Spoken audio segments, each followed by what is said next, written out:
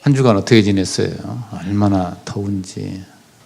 그냥 한반도에 가마솥같이 끓는다 이렇게 표현을 지금 하고 있습니다만, 어제 아주 더워서 핸드폰 검사해 보니까 나오는 그 이야기를 보니까 얼마나 더운가에 관심이 많으니까 보니까 안성이 톱으로 나오더라고요. 37.8도. 근데 어제는 또 39도가 넘었어요.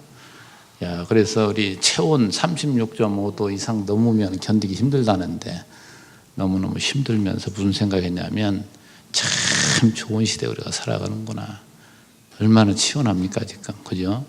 저 양복을 입어도 안 더워요. 이 정도로 얼마나 시원한지. 이 에어컨이 없고 선풍기도 없을 당시, 그 특별히 생각나는 거예요. 천막을 치고 예배를 드릴 때 얼마나 더웠는지 몰라요. 근데 다 지나고 지금 생각해 보니 뭐 별로 생각도 안 나요. 그리고 또 이거 그냥 좋은지도 모르겠어요. 아마 그 당시에 이게 있었다면 막 팔팔 뛰었을 거예요. 너무 좋아가지고. 우리는 그저 늘 좋은 걸 좋은 줄 모르고 살아가기 때문에 하나님은 가끔 우리에게 간섭하시는 거죠. 일반 계시적인 측면에서 보면 지금 이 뜨거움을 통해서 밭에는 지금 곡물들이 익어가고 있고, 이 과일들 말이죠. 얼마나 지금 연그러가고 당도가 높게 지금 연그러가는지 몰라요. 이 모든 것들이 이 엄청난 뜨거움을 통해서 만들어지고 있거든요. 그러니까 우리는 넓게 생각해 보면, 야, 하나님 잘하신다, 박수 쳐야 되는데, 우리가 느끼는 것은 너무 고통스럽단 말이죠. 우리는 항상 내 좋은 대로 이러지 않았으면, 그저 여름이 없이 그냥 시원하게 지냈으면 얼마나 좋을까. 근데 하나님 편에서 보면 그게 아니라니까요. 더울 때는 더워야 되는 거죠. 그러니까 여러분도 그러한 넓은 생각을 가지시고 이기시기 바래요. 참 하나님 뜨겁게 한 거 좋은 것이구나, 너무 좋구나. 그 이길 수 있는 힘을 하나님께 달라고 하면서 지혜롭게 대처해 나가야지. 이거 없게 해달라고 하면 되겠어요? 그러니까 하나님의 뜻을 잘 모르고 기도하는 사람, 하나님 뜨거움이 없도록 늘 시원하게 해주세요, 이런 기도하는 사람이 이게 어리석은 사람인 거예요. 그러니까 우리는 하나님 앞에 기도도 무슨 뜻대로 기도해야 됩니까? 하나님 뜻대로 기도해야 돼요. 그러니까 우리 아버지의 그 마음을 잘 읽어낼 때 바른 기도하게 됩니다. 그러나 그렇지 못하면 자기 욕망 이루어달라고 어린애가 부모에게 떼쓰듯이, 이게 보통 우리가 그게 올바른 기도인 줄 착각하고 살아가는 사람이 있거든요. 근데 우리는 언제나 하나님 뜻이 어디에 있는지 찾아야 돼요. 여러분, 이스라엘 백성들을 하나님 어디로 보냅니까? 구원했으면 가나안 땅에 그냥 들여보내야 되는데 광야를 살게 해요. 왜요? 광야에는 전갈이 있고 불뱀이 있는 곳, 거기는 먹을 것이 없는 거예요. 하나님의 은혜로만 사는 줄을 그들에게 가르치려고 그곳에 넣어놨단 말이죠. 그걸 다른 말로 말하면 불가마예요. 그게 밤에는 추위, 낮에는 더위, 추위와 더위와 굶주림, 이런 걸 통해서 점점 뭡니까? 하나님 앞에 자기를 포기하고 하나님의 은혜로만 사는 줄을 알도록. 자, 그래서 여러분에게 지금 전제하고 말씀드린 것이 이 성숙한 신앙인, 그리고 거룩한 사람 생각할 때 우리는 반대로 늘 먼저 생각해야 돼요. 왜? 우리는 미숙하기 그지없는, 거룩하다? 우리는 전혀 그 관계없어요. 더러운 세속적이다는 게 다른 게 뭐냐면 자기 영광을 위해 산다는 얘기예요. 자기 욕망 따라 산다는 거예요. 그것이 모든 인간이고 그것이 바로 거룩하지 못한 더러운 삶이에요. 그런데 이러한 우리를 거룩한 삶으로, 이방 종교나 세상 가르침은 우리 인간이 선하게 살 수 있다, 의롭게 살 수 있다, 이렇게 가르치거든요. 성경은 아니야, 안 돼, 예수밖에 없어, 그걸 가르치는 거예요. 다른 게 아니라니까요.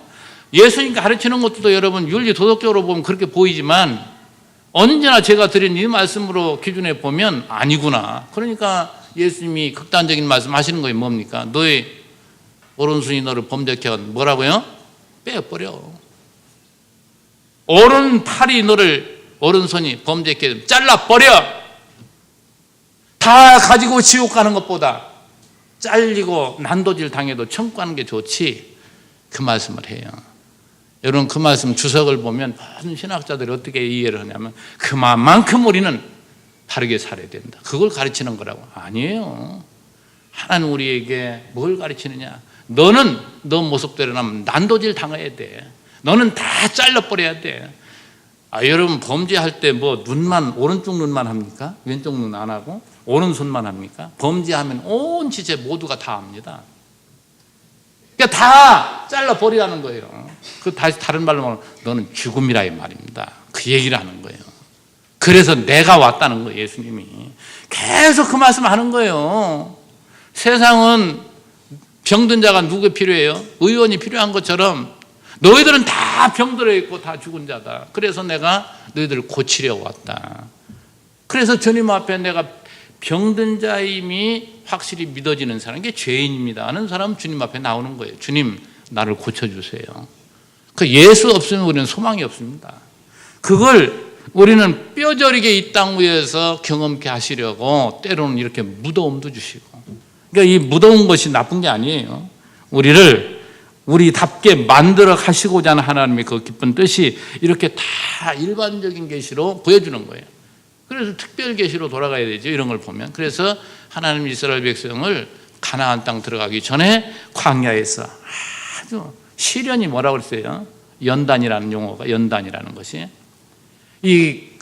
뭡니까 그 철광석을 용광로에다 집어넣어 가지고 그걸 막 녹여버리는 거예요. 녹여가지고서 이제 금과 불순물을 점점 이제 나누는 것이죠. 그것을 많이 들어갔다 나올수록 수없이 들어갔다 나오면서 불순물을 하나하나 제거함으로 순수한 금이 만들어지듯이 오늘 우리에게도 이 하나님 기뻐하시는 믿음으로 거룩한 자로, 이 성숙한 자로 세워나가기 위해서 우리를 이 많은 시련을 겪게 만드시는 것이다. 자, 그래서 이 데살로니가에도 복음을 접하기 이전에는 모두가 어둠 속에 살았어요. 그들이 거룩한 삶을 살지 못했어요. 그들은 언제나 세속적인 삶을 살아갔는데 그들에게 복음이 들어온 후에 그들은 이제 변하기 시작합니다. 바뀌어지기 시작하는 거예요. 그래서 참 앞에서 우리가 살펴봤던 그들이 믿음의 역사와 사랑의 수고와 소망의 인내, 이걸 말씀드렸잖아요. 그들이 그런 삶을 칭찬했잖아요. 자, 이런 것들을 우리가 다시 한번 생각해 보면, 자, 믿음의 역사, 일이라고 그랬죠. 뜨거움으로. 서양 문화가 우리 기독교가 우리 한국에 들어와서 한국인들이 더 부지런하며 더 뭡니까? 일하게 됨으로 오늘날이 된 거예요. 기독교 문화가 우리나라를 이렇게 부유하게 만든 겁니다. 서양이 뭐예요? 처음부터 잘 사는 게 아니에요.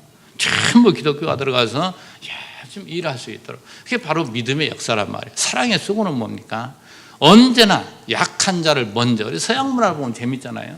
여성분들을 먼저 배려해주는, 차를 타더라도 문을 열어주고 앉을 자리에 있으면 앉게 하고, 그 기부 문화도 서구에서 많이 들어온 겁니다.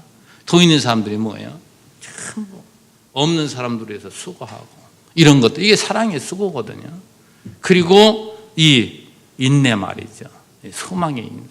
정말 우리 주님을 바라보면서 우리 모두가 그 주님의 약속을 믿고 우리가 참고 인내하는 것, 이 더위에 인내할 수 있는 것은 진짜 우리 올바른 믿음을 가지고 있으면 아까 말씀한 대로 나중에 말이죠. 그 맛있는 과일, 우리 안성 포도가 유명하잖아요. 포도도 이 태양열이 막 이렇게 내려 쪼이고 이걸 통과한 다음에 먹어보면 기가 막힙니다. 맛이. 정말 거봉포도를 모르고 사는 사람들이 좀 딱해요. 저는 그전에 거봉포도를 몰랐는데 안성에 내려와 보니까 거봉포도가 유명하더라고요. 그래서 그전에는 서울에 살 때는 입장포도밖에 몰랐어요. 안성포도를 모르고. 그랬더니 안성 사람들이 그게 무슨 소리야. 안성이 원래 주산지요. 먼저 들어왔다는 거예요. 근데 실제 그렇더만요. 그래서 안성 거봉하고 입장 거봉은 차이가 날 정도로 안성 거봉이 훨씬 좋아요. 여러분도 평택에 살지만 안성 거 많이 잡수세요. 안성 게 좋습니다. 자, 그 아름다운 열매를 맺기 위해서 얼마나 이 무더위가 또 필요했던가.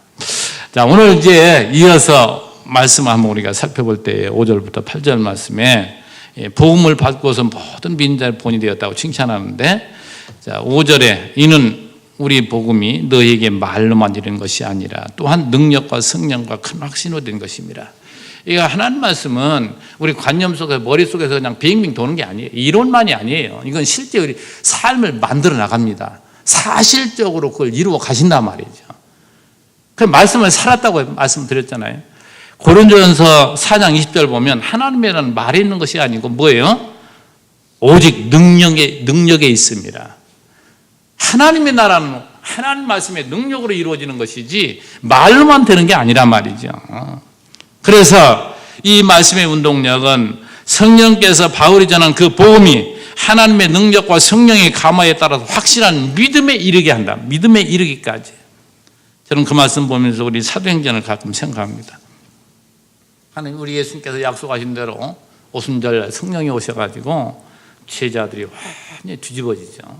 사도 베드로가 그 많은 군중들에게 주의 말씀을 전할 때 그들은 가슴을 칩니다. 어찌할꼬? 예수님이 전한 게 뭡니까? 너희들이 바로 십자가의 그리스도를 십자가에 못 박은 자의 너희들이야. 너희들은 완전히 하나님의 뜻을 저버리고 너희들은 빗나간 길로 갔고 너희들은 얼마나 예수를 핍박하고 교회를 핍박하는가. 그들에게 전했을 때에 그들은 가슴을 치면서 하루에 3,000명 5,000명이 돌아왔다고 했습니다. 자, 여러분 참 놀라운 일들이죠. 이런 것들이. 그러니까 하나님 말씀을 전하는데 사도 바울이 지금 베드로가 말씀을 전한 거란 말이죠. 말씀을 전하니까 그 말씀의 능력이 뭐예요? 그들로 하여금 찔리게 만들어요. 다시 말해서 하나님 앞에 회개하게 만든단 말이에요. 그러니까 말씀의 능력은 우리를 회개케 만들고 하나님께 돌아오게 만들어요. 그러한 능력이 있어요. 바울도 보세요. 바울도 다메섹에 예수님을 영접한 이후에 얼마나 그 뜨거움이 주를 위해서 자기 생명을 내놓고 이제 일을 하는데 우리 이제 데살로니가서니까 빌립보에 이르러서 그는 잘못하고 옥에 갇힌 게 아니잖아요. 복음을 전한다는 이유로 그는 얻어맞고 옥에 끌려 들어가서 착고에 매여서 그가 고통을 당합니다. 그때 하나님이 그를 얼마나 놀라운 이적을 통해서 그를 또 살려줍니까? 그리고서 이제 데살로니가로 왔거든요.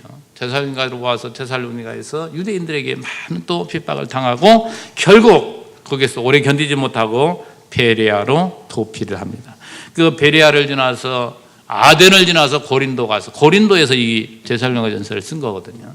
근데 그 수많은 그 역경들 얼마나 힘든 그런 일들을 만나냐 말이에요. 근데 사도 바울이 그 말씀 전하기 위해서 사도행전 20장을 보면 그가 이제 예루살렘으로 향해서 갑니다. 밀레도에 이르렀을 때 에베소에 있는 장로들을 초청을 합니다. 에베소 교회가 굉장히 중요해요. 에베소 교회. 그래서 에베소서가 또 그만큼 중요합니다. 에베소 교회 장로들을 초청을 해가지고 그들에게 당부를 하는 거예요. 그러니까 에베소가 소아시아 지역의 중심인데 그 중심, 그러니까 사도 바울이 제일 오래 머물면서 복음 전했던 곳이 에베소예요.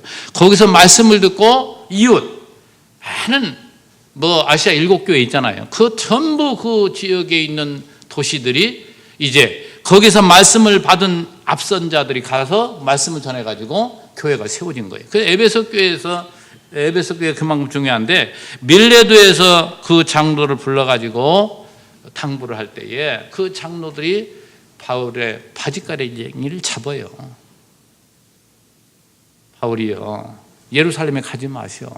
예루살렘 뭡니까? 지금 당신을 지금 올무를 놓아서 들어오기만 하면 잡으려고 환란이 기다립니다. 당신은 분명히 가면 거기서 매입니다. 그리고 죽을지도 모릅니다. 가지 마세요 하고 장로들이 다 붙들어요. 그때 사도 바울이 고백하는 그 사도행전 20장 24절 말씀이 내가 주 예수께 받은 사명 곧 그 사명을 설명합니다. 하나님의 은혜의 복음을 증언하는 일을 마치려 하면은 이 복음이 무슨 복음이라고요? 은혜의 복음.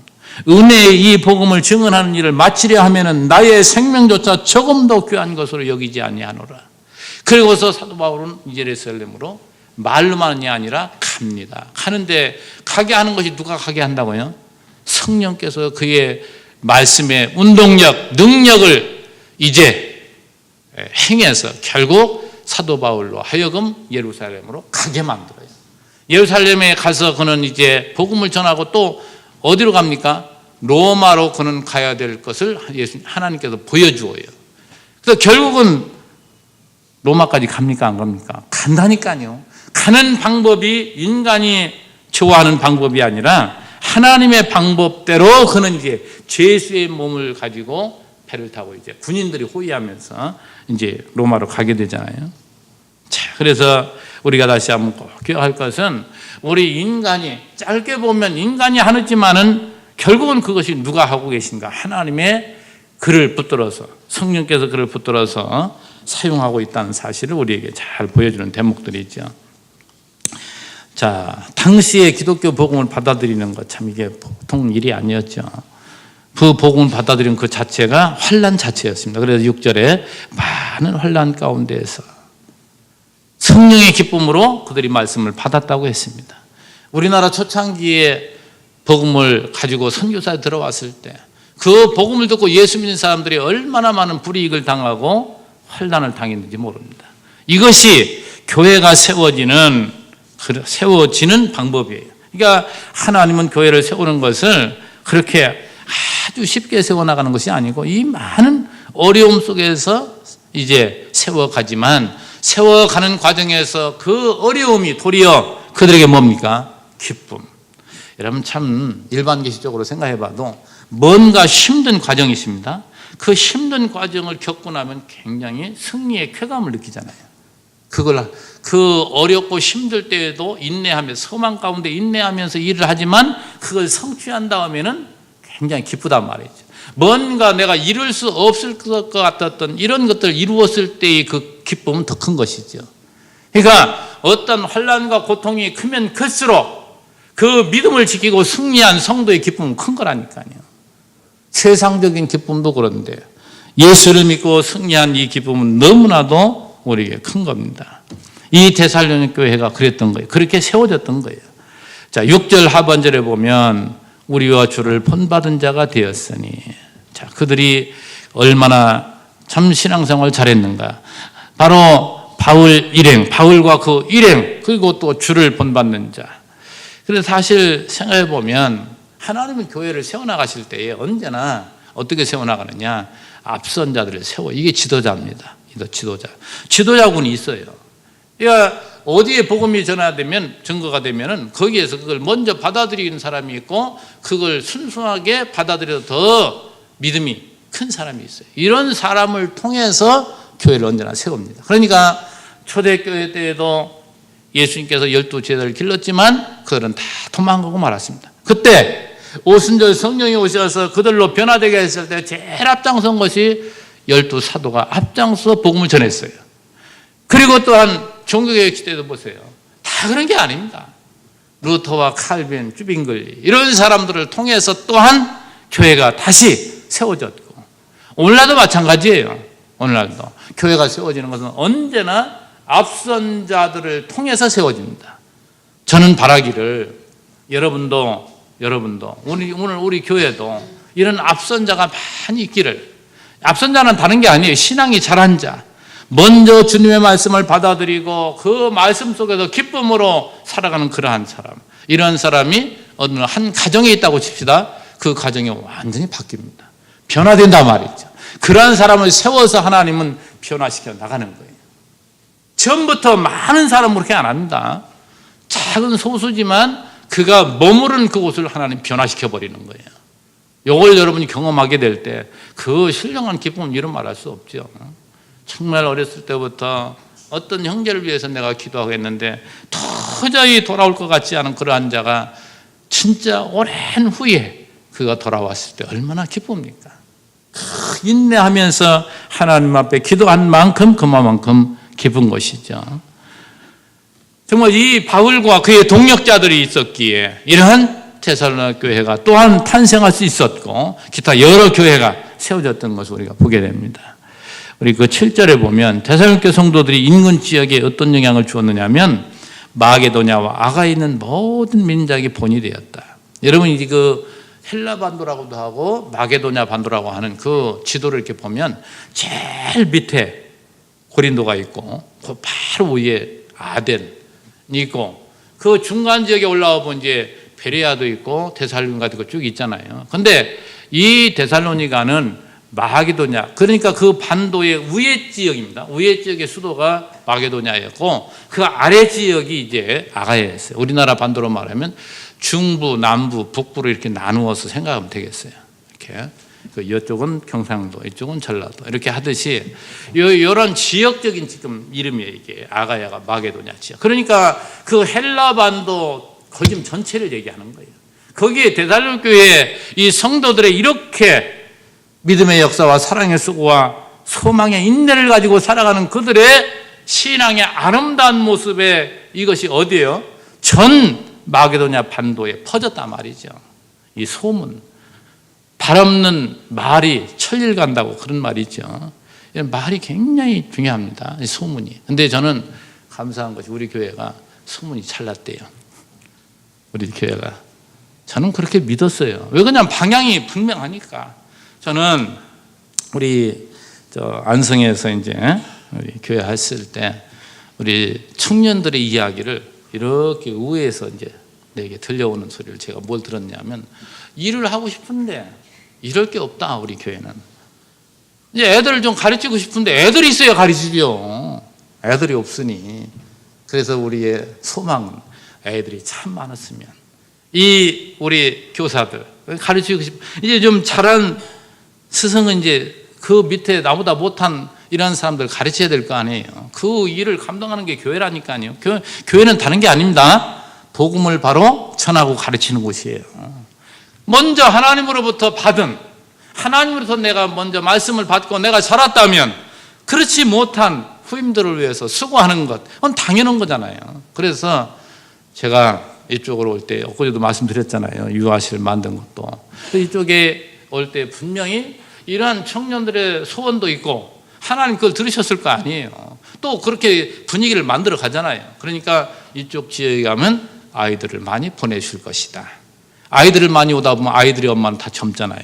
젊은이들 교회가 될 것이다. 이건 다 예상한 거예요. 뭐 하나님이 뭐 나에게 뭐 이렇게 막 보여줘서 그런 게 아니고 다 들어와요. 그런 것들이.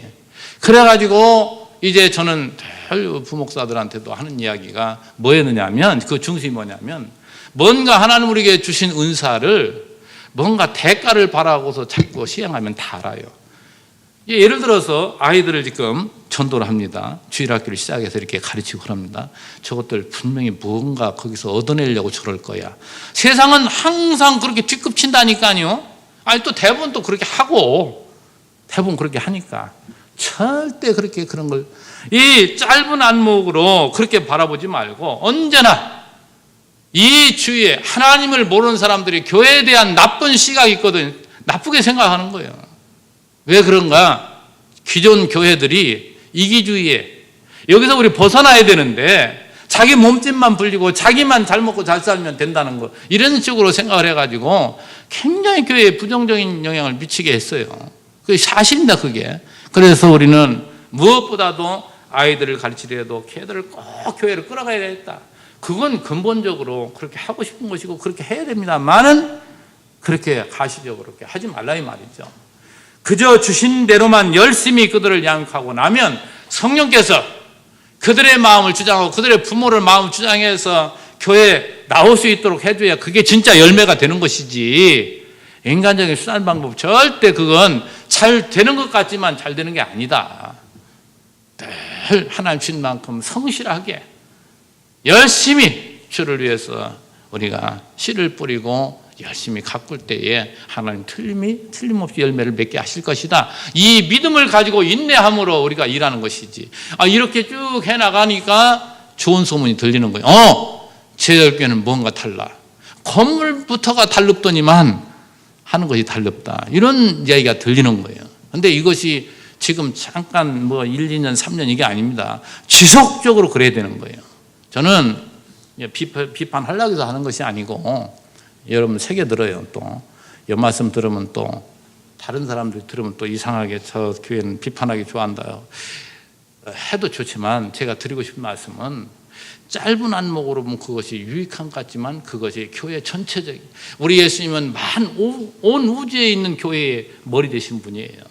어떤 한 교회의 머리가 되신 것이 아니고 모든 교회는 우리 형제들이고 그 주인은 바로 주님이시란 말이죠. 그러면 온 교회를 먼저 생각해야지 내 작은 안목으로 내 교회 이것만 잘 되면. 진돗개 전도라고 그런 있더라고요. 그래서 내가 그걸 들어보고 그러니까 저렇기 때문에 교회가 욕먹는구나. 진돗개가 뭐예요? 아세요? 진돗개가? 뭐 진도에서 나는 그 개니까 진돗개지 뭐. 근데 진돗개의 특성은 한 번 물으면 안 넣는데요. 맞습니까? 한 번 물으면 안 넣는데요. 이게 진돗개의 특성이래요. 그래서 우리 성도들이 전도하려면 뭐가 돼야 된다고요? 진돗개가 돼야 된다는 거예요. 내가 저 사람 한번 교회로 데려올린다, 전도한다 생각했으면 한 번 물었으면 반드시 끝까지 어떤 수단 방법을 막론하고 동원해서 데려와야 된다는 거예요. 가시적으로는 성과가 있습니다. 온 성도를 그렇게 하니까 많이 모여들고 좋은 거예요. 그런데요, 놀라운 것은 그걸 지켜본 이웃들, 그 사람 하나 전도하는데 그 사람 하나만 보는 게 아니에요. 다 봐요. 다 알아요. 얼마나 그 사람 하나 데려오기 위해서 구워 삶는지, 심지어는 그 집 가서 요강까지 닦아줬다는 그런 간증 같은 걸 제가 들었어요. 일부러 들어봤어요. 진짜 그래가지고 교회 안 나갈 수가 없더라고요. 미안해서도 나가겠더만, 그렇게 하면. 그렇게 해가지고 그 교회가 이렇게 많은 사람들이 부흥냈다고, 많이 늘어났다고 막 자랑을 터뜨리는데 가슴이 미어지더라고요. 여러분, 로만 캐톨릭은 그렇게 전도 안 합니다. 그런데 거기는 모여들고 우리 한국교회는 거기하고 반대로 지금 빠져나가고 있는 중이라고 하잖아요. 여러분 생각해 보세요. 너도 나도 그렇게 해가지고 모아놨는데 지금 보니까 그게 아니거든요. 그러니까 따가는 거예요. 자기들이 원했던 그게 아니거든요. 교회가. 교회 가면 막 이렇게 할 줄 알았는데 그게 아니니까. 여러분 무슨 말씀 드리고 싶으냐. 수단 방법 아니에요. 여러분 사도 바울이 고린도전서에 보면 내가 이런 말로가 아니라 내가 정말 하나님의 이 복음만 순수하게 전하면 성령께서 그걸 통해서 성도들을 모으고 교회를 세워나가는 것이지 방법 동원한다고 되는 것이 아니다. 그걸 말하고 있잖아요. 여러분 그런 방법들 쓰는 이런 것들이 이 짧게 보면 자기 교회는 굉장히 유익이, 자기 교회에는 더 많이 모여드니까. 그런데 뭐예요? 전체 교회를 볼 때는 얼마나 사람들에게 악영향을 주는지 몰라요. 제가 아까 말씀드렸잖아요. 예수님은 모든 교회의 머리가 되신, 모든 교회들을 바라보고 있는 것이지 특정한 한 교회를 보는 게 아니라 말이죠. 얼마나 나쁜 영향을 끼쳤는지 몰라요. 그래서 제가 너무 그것이 속상해서 지금 한마디 했어요. 그래서 우리 성도님들 오늘 본문에 말하는 것처럼 하나님의 복음을 듣고 이 진리를 우리가 받아들이고 정말 주님을 만났을 때에 내 자신이 뭐예요? 먼저 열심히 수고하게 된다니까요. 왜? 내게 맡겨준 자식들, 내게 맡겨준 우리 형제들, 또 나로 인해 함께하고 있는 우리 형제들, 교회 안에서는 또 마찬가지. 교회가 그냥 운영되나요? 복음을 전하고 이 교회가 일할 때에 뭐가 필요하냐 말이죠. 하나하나 내 해야 될 일이 있단 말이에요. 내 역할이 있단 말이죠. 그걸 위해 땀 흘리며 수고하는 거예요. 기쁨으로. 이 일을 감당하게 하신 하나님 얼마나 감사하냐 말이죠. 열심히 수고해서 가정을 돌보고 교회를 또 내가 할 일을 하고 이럴 때에 우리가 참된 기쁨과 이 성실함이 오늘 우리에게 행복하게 만드는 것이고 다른 사람들 믿지 않은 사람이 볼 때에 감동을 하는 거예요. 저 사람 예수 믿더니 부지런해진 것 봐. 그런 가정 윤택합니다. 그런 가정이 어찌 예를 들어서 가게를 하더라도 예수를 믿는 사람은 언제나 한 사람이 왔다 쳤을 때 하나님 보내신 거 아니에요. 얼마나 감사해요. 감사하니까 벌써 마음속으로부터 뭐예요? 감사함이 넘치니까 웃음이 친절하게 되잖아요. 그러면 그 사람도 좋은 것이고 이런 관계 속에서 모든 것이 얼마나 아름답게 다 이루어지냐 말이죠. 그러니까 다른 데에 핑계대지 말고 나 자신에게 모든 문제가 있는 겁니다. 내 자신이 그리스도 안에서 이 복음을 듣고 이 기쁨을 가지고 하나님 앞에서 내가 살아갈 때에 얼마나 좋은 영향을 미치는지 몰라요. 다시 말해서 지금 이 데살로니가 교회 성도들이 나가서 봐라, 내가 예수 믿기에 이렇게 좋더라 전하는 거 아니에요. 성실하게 자기 직무를 감당하고 했을 때 이러한 소문이 퍼지지도 않았는데 이웃들에게 좋은 영향을 미쳤던 것을 오늘 말해주고 있는 거예요. 정말 여러분, 예수 잘 믿는다는 게 다른 게 아닙니다. 먼저는 내가 기쁜 거예요. 내가 먼저 기뻐서 나에게 함께하고 있는 사람들과 더불어서 더 아름다운 이렇게 삶을 영위해 나갈 때에 이런 것들이 엄청 좋은 영향을 끼치는 거죠. 여러분, 또 다시 말씀드립니다. 정말 하나님은 하나님의 나라를 세워나갈 때 다양한 방법으로 세워나가요. 어떠한 특별한 이적을 행해서 놀라운 일들을 통해서 세워나가기도 하지만 보편적으로는 하나님이 이 복음을 듣게 해서 이렇게 기쁨으로 살아가도록, 그래서 우리 성도들의 그 가정이 행복하게 살아가는 그 모습을 통해서 점점 이웃들에게 그리스도의 나라를 증거해 나갑니다. 자, 오늘 이제 마지막 부분 그 9절의 10절 말씀 보면 하나님을 섬기면서 주의 재림을 기다리는 것을 칭찬을 합니다. 자, 데살로니가 성도들이 어떻게 해서 예수를 믿게 되었는가? 우리 9절에 그러죠. 그들이 우리에 대하여 스스로 말하기를 우리가 어떻게 너희 가운데 들어갔는지와, 정말 이 사도 바울이 선교 여행을 하면서 그 복음을 전할 때 그 여정을 보면 눈물 없이는, 그래서 여러분 그 고린도후서 1장에 보면 사도 바울이 아시아에서 있었던 일을 쭉 회상을 합니다. 왜? 내가 이런 환난을 당한 것은 하나님께서 왜 이렇게 당하게 하셨는가? 나에게 위로를 주시려고. 그 위로를 지금 말하기 위해서 그걸 쭉 열거를 하는데, 거기 보면은 얼마나 많은 고통과 힘든 과정을 통해서 그가 복음을 전했는지 몰라요. 여러분, 우리가 예수를 믿는 것이, 여러분 어떻게 예수 영접했습니까? 하나하나 보면 얼마나 쉽게 영접하고 쉽게 신앙생활 합니까? 그러나 여기에 복음이 들어오기까지 그 선교사들의 뼈를 깎는 그 순교의 그 모습을 우리가 본다면 가슴이 뭉클하지 않을 수가 없어요. 하나하나의 교회가 세워지는 이 과정을 우리가 생각해 보면, 제가 아까 그 천막교회도 여러분 말씀드렸지만 우리 어렸을 때에 그 천막교회에서 그 어린 것들이 말이죠, 이렇게 신앙생활하고 그래도 복음 받아들이고 그래도 교회 다니면서 했던 그들이 자라가지고 전부 뭐예요?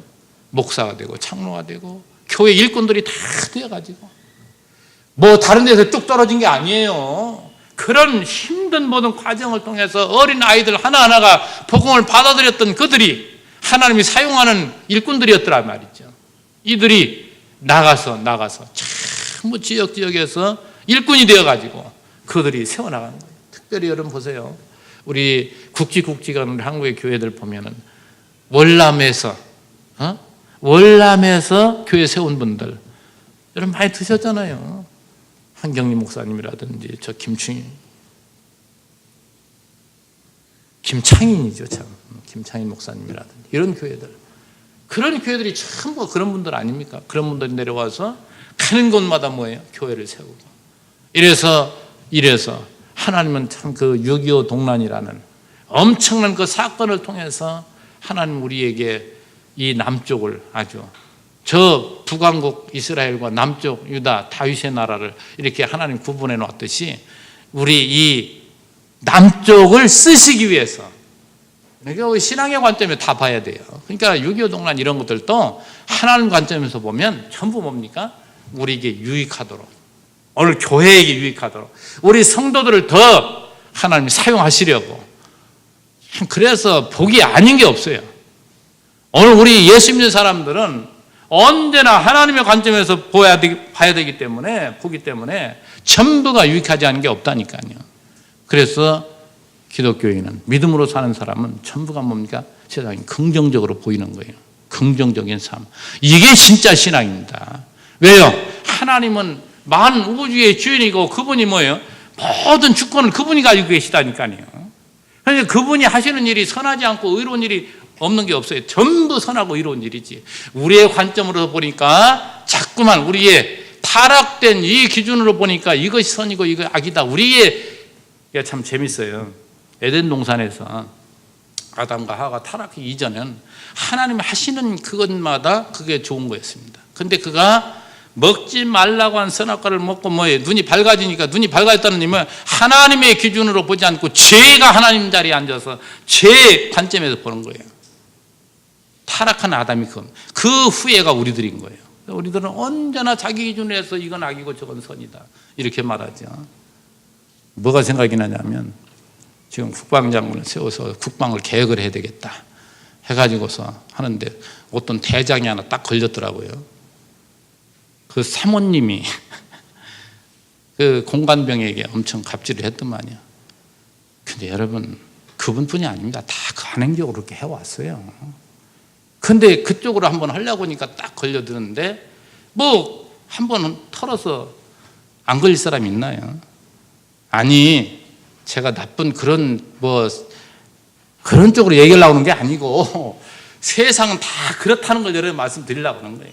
불의한 인간들이 살아가는 이 세상은 전부가 자기의 자아대로 자기 기준에 따라서 살아가기 때문에 하나님 편에서 볼 때는 다 하늘에서 뭐예요? 웃으신다고 했잖아요. 다 인간들이 하는 짓은 웃는 짓만 한 거예요.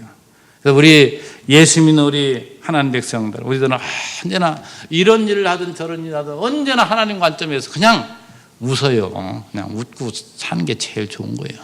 그것 가지고 따지고 들고 싸우려고 하지 말고, 그게 어리석은 거예요.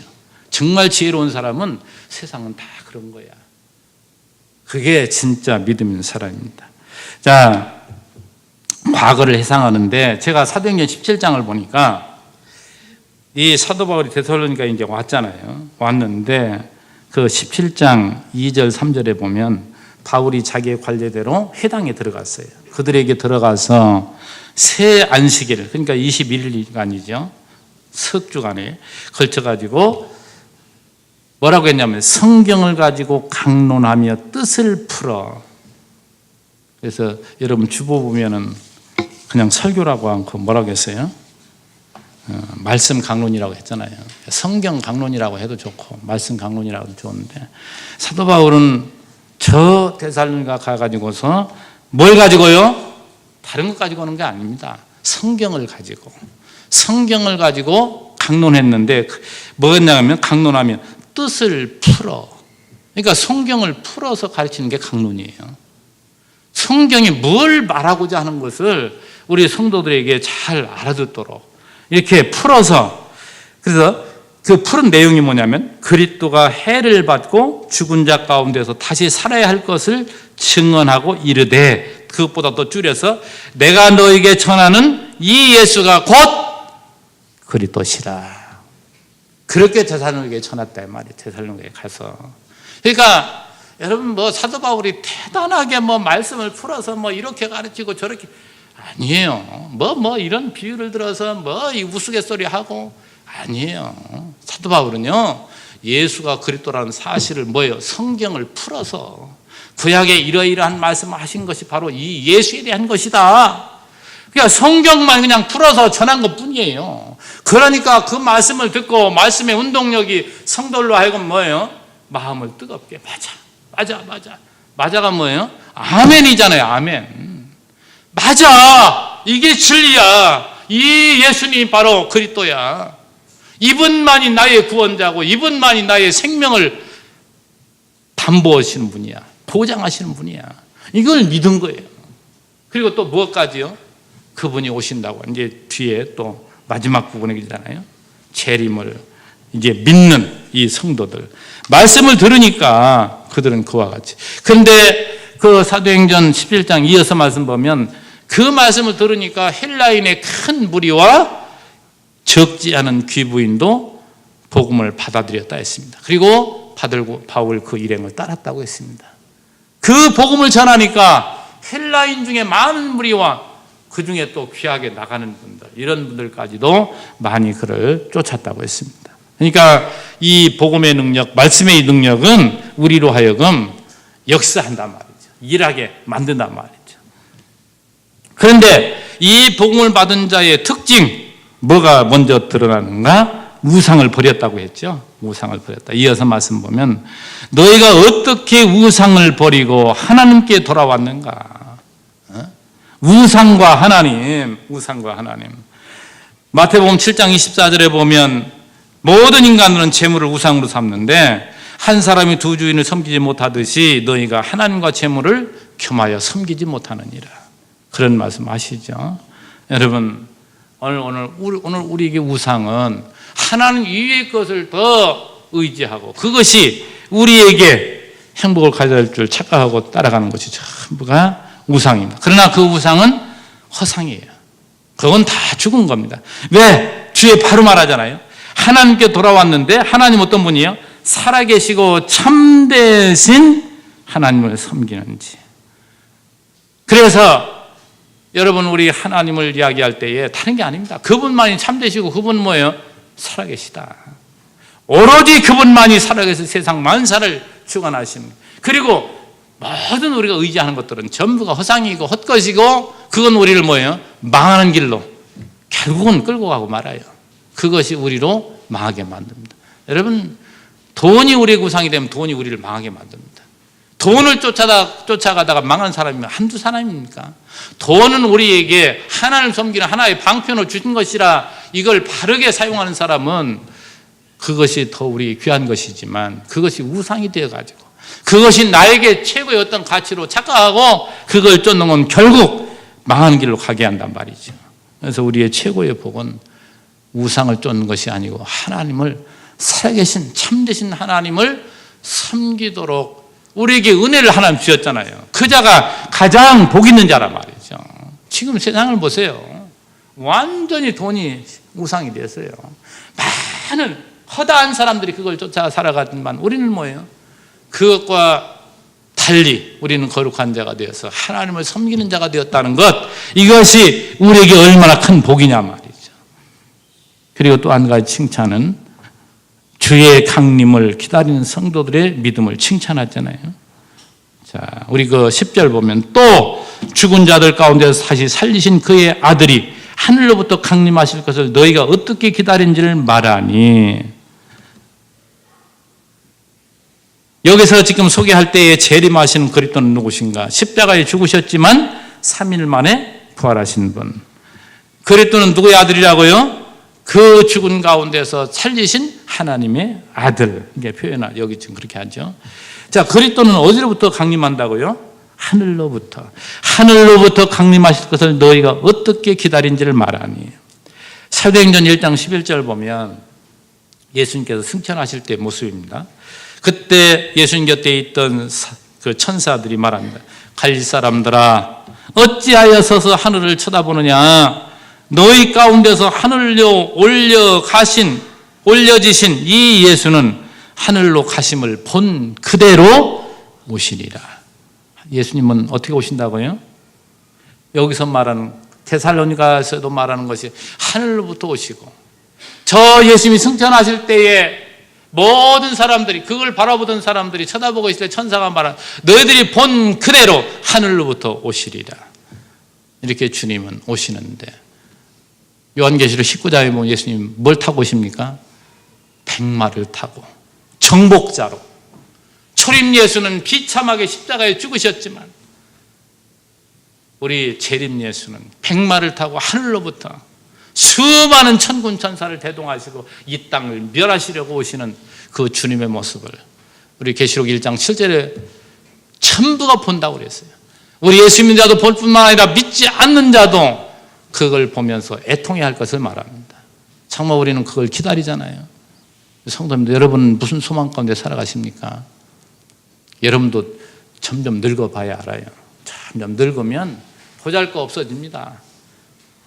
늙어야 세상을 더 의지하지 않고 하나님을 바라보는데, 이게 예수 믿는 사람인데 예수 안 믿는 사람은 늙어도 더 세상을 바라보더라고요. 세상을 의지하고. 우리 예수 믿는 사람은 참 낡아질 건 낡아져야 돼요. 그래서 저는 가끔 눈이 요즘 더 침침해졌어요. 왜 안경을 안 쓰느냐. 참, 저는 안경을 쓰면은 안경을 써야 이제 멀리 보는데 요만큼까지는 안 써야 잘 보여요. 그런데 가까이 이렇게 보면은 가까이 이렇게 보면 또 어질어질해요. 점점 어질어질한 농도가 더 짙어서 이야, 하나님은 때에 따라서 일하시게 하는구나. 늙으면 점점 쇠퇴해지게 만들고, 그래서 은퇴 시기도 어떤 사람들은 그러더라고요. 야, 목사가 70대에서 은퇴해? 성경이 어디 은퇴라고 했냐? 이건 잘못된 것이다. 그러면서 어떤 침례교단은 은퇴가 없다나? 그래서 우리는 은퇴가 없다.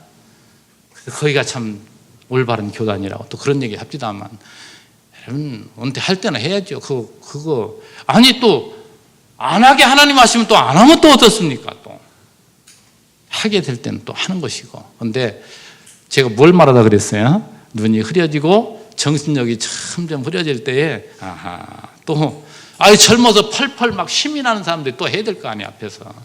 그래서 하나님은 때가 되면 은퇴도 하게 하시고. 이게 다 순리예요, 이게 순리. 그러니까 우리 예수 믿는 사람들은 순리 따라 살면 되는 거예요. 그냥 괜히 거슬려가지고 그렇게 살 필요가 없는데, 물론 믿음의 색깔 따라 그렇습니다. 지난번에 말씀드렸잖아요. 병원 가지 못하게 하시는 목사님들도 있어요. 그분 믿음 보면 참 고귀해요. 그러나 그건 자기 믿음이고 다른 사람 정죄할 대상이 아니라고 그랬잖아요. 근데 늘 우리는 넓은 생각을 가지고 절대 정죄하지 맙시다. 이건 받아들이고 저건 받아들이되, 제가 늘 말씀하는 이 넓은 테두리에서 우리 하나님께서 뭘 우리에게 원하시는가, 이걸 생각하면 옳고 그런 것이 딱 들어와요. 옳고 그런 거, 그것만, 그 옳은 방향으로 여러분이 살아가면 이게 우리에게 행복을 가져다 줍니다.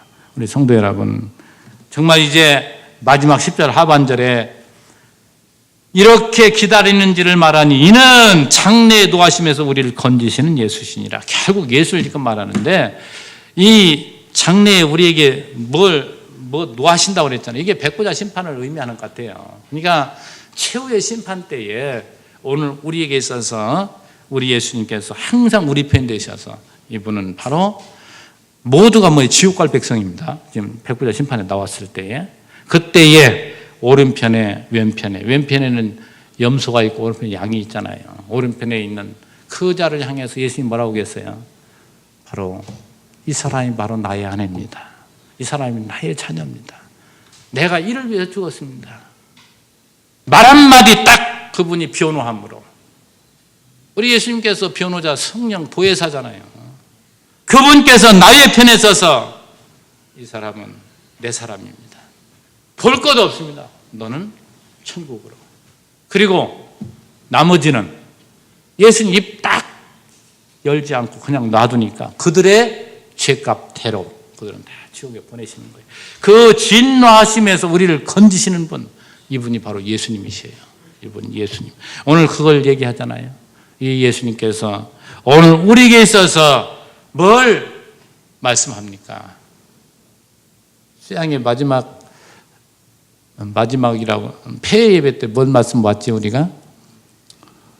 예수를 바라보고 그 예수를 생각하자, 기억하자, 그런 말씀 했잖아요.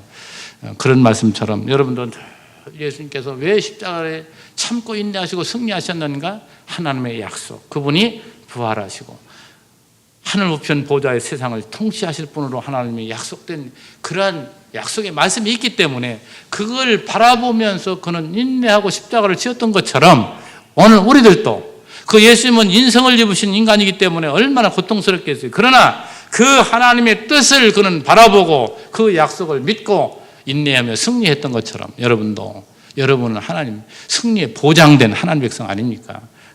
그 약속을 붙드시고 인내하심으로 참고 인내하세요. 참고 인내하는 것이 바로 믿음 있는 자, 신앙의 인내를 말하는 겁니다. 그 소망의 인내를 가지고 여러분이 세상을 이겨나가셔서 항상 기쁨으로 나와 함께하고 있는, 여러분과 함께하고 있는 그 자들에게 좋은 영향을 끼칠 수 있는 여러분 되시기를 주의 이름으로 축원합니다. 기도합니다. 하나님 아버지 감사합니다. 오늘 시간도 데살로니가 교회의 저 믿음의 아름다운 모습들, 이것이 온 천하에 퍼짐으로 믿는 자들에게 좋은 영향을 준 것을 우리가 다시 한번 생각해 봤습니다. 우리 지혜살교회가, 우리 성도들 모두가 이와 같은 하나님의 은혜를 입고 살아가는 자이기에 가정에 충실하고 직장에서 또한 사회 일원으로서 또한 우리 교회의 직분자로서 맡은 바 충성하는 자가 되어서 오늘 우리에게 있어서 우리의 소문이 많은 사람들에게 좋게 나서 이것이 바로 복음이 되어서 많은 사람들로 하여금 예수를 바로 바라볼 수 있도록, 그래서 그들에게도 복음이 증거될 수 있도록 우리를 사용해 주시기를 간절히 원하옵고 예수님의 이름으로 기도하옵나이다. 아멘. 아멘.